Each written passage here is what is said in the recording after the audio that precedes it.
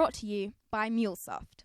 With its API-led approach to connecting the world's apps, data, and Internet of Things, MuleSoft's Anypoint platform has helped enterprises around the globe revolutionize their businesses. What can MuleSoft do for you? To find out, visit mulesoft.com. Hi everyone, this is Wendell Santos, editor of ProgrammableWeb. In this video, I'm going to show you how to hack a YouTube URL to get a channel ID associated with the user's account. In a recent article, which you can see right here, I reviewed the YouTube Data API. Now, accompanying this article was a bit of code that lets the user display the contents of a playlist. For the purposes of this first article, I simplified the code and made it so that the playlist ID was hard-coded. Now for this second tutorial, I'm going to show you how to call the YouTube API in order to get the playlist ID. Now to make things a little bit easier here, I'm going to hard-code the channel ID, which I will then use when I'm calling the API.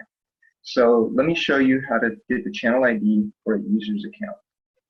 So let's go over to YouTube. And up in the search bar, let's just search for a username, in this case, my name.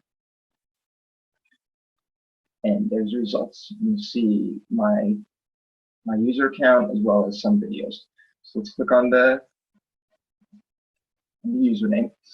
And up in the address bar, you can see that the URL is in the form of youtube.com/user/Wendell78, which is the username.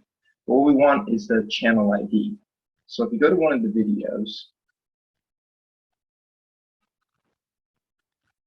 okay.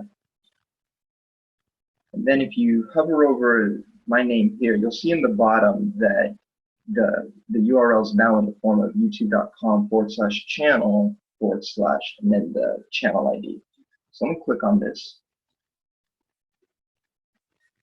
And we're back to have my landing page of my user account. So this is a weird quirk of YouTube where the same page has two different URLs that can land on it. In this case here, we have it now where it's youtube.com/channel/ and then the channel ID.